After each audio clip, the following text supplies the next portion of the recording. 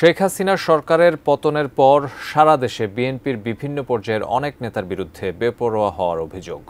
তবে এবার zero tolerance হাইকমান্ডের। বহিষ্কার, কারণ দর্শানোর নোটিশই শুধু নয়, মামলাও হচ্ছে। বিস্তারিত জানাচ্ছেন নাজিয়া আফরিন। ছাত্র জনতার গণ অভ্যুত্থানে রাজনীতিতে স্বস্তি ফিরে এলেও কিছু নেতাকর্মীর আচরণে বিব্রত বিএনপির হাইকমান্ড। কদিন আগে এস আলম গ্রুপের 14টি গাড়ি সরানোর অভিযোগে চট্টগ্রাম দক্ষিণ জেলা কমিটি বিলুপ্ত করে 3 নেতার পদ স্থগিত করা হয়েছে। 10 বছর পর দেশে ফিরে এস আলমের গাড়িতে সংবর্ধনা অনুষ্ঠানে গিয়ে সমালোচিত দলের স্থায়ী কমিটির প্রভাবশালী নেতা সালাউদ্দিন আহমেদ পরে সংবাদ সম্মেলন করে ক্ষমাও চান তিনি। অনিচ্ছাকৃত ভুলের জন্য যদি আমি দেশবাসীর মনে কষ্ট দিয়ে থাকি এবং অনুভূতিতে আঘাত দিয়ে থাকি, সেই জন্য আমি দুঃখ প্রকাশ করছি। এদিকে বিতর্কিত ডায়মন্ড ব্যবসায়ী দিলীপ আগরওয়ালের সাথে বৈঠকের অভিযোগে দলের যুগ্ম মহাসচিব খায়রুল কবির খোকনের উপর ক্ষুব্ধ দলের ভারপ্রাপ্ত চেয়ারম্যান তারেক রহমান। সালাউদ্দিন আহমেদ ও খায়রুল কবির খোকনকে কারণ দর্শানোর নোটিশ দিয়েছে দলটি। অভিযুক্ত নেতাকর্মীদের বিরুদ্ধে নেওয়া হচ্ছে সাংগঠনিক ব্যবস্থা। সন্ত্রাস এবং দুর্নীতিকে আমরা প্রশ্রয় দিব না। কেউ যদি দলের নাম ভাঙিয়ে এই ধরনের প্রভাব বিস্তার করতে চায় অথবা কোনো কালেকশনেও নামে, আমরা আরও কঠিন হব।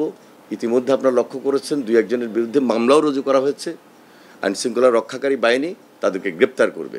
এখানে কোনো ছাড় দেওয়া হবে না, সম্পূর্ণ জিরো টলারেন্স। আমরা দলের পক্ষ থেকে কঠিন সিদ্ধান্ত এবং বার্তা ইতিমধ্যে পৌঁছে দিয়েছি আমাদের তৃণমূল পর্যায়ে। কালার এক্সপার্ট, জর্জ স্যাপ এবং মাইল্ড অন হ্যান্ডস টেকনোলজি সমৃদ্ধ অরিক্স ক্রিস্টাল ওয়াশ আপনার লন্ড্রি এক্সপার্ট।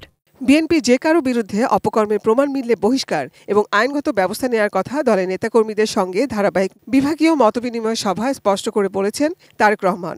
দলের স্থায়ী কমিটির বৈঠকেও সিদ্ধান্ত হয়েছে থানায় থানায় অ্যাকশন টিম গঠনের।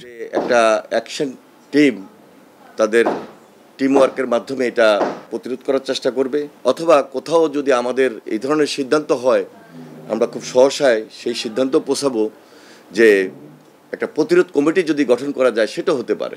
দলের ভাবমূর্তি রক্ষায় জিরো টলারেন্সে বিএনপি। এরই মধ্যে সারা দেশে দলের বিভিন্ন পর্যায়ের 2 শতাধিক নেতাকর্মীকে দল থেকে বহিষ্কার করা হয়েছে।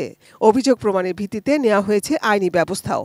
ইনসাফ এবং উদারতা দিয়ে মানুষের মনকে জয় করুন, জনগণের ভালোবাসা অর্জন করুন। সেই পরাজিত শক্তি কর্তৃত্ববাদী সরকার, প্যাসিবাদী সরকার এখন ষড়যন্ত্রে লিপ্ত। তাদের হাতে প্রচুর দুর্নীতির অর্থ রয়েছে, সে অর্থকে তারা ব্যবহার করছে। সম্মিলিতভাবে সবাই আমরা প্রতিরোধ করব এবং অন্তর্বর্তীকালীন সরকারকে আমরা সর্বোচ্চ এবং সর্বাত্মক সহায়তা করব। Nazia Afrin, ATN news, Dhaka.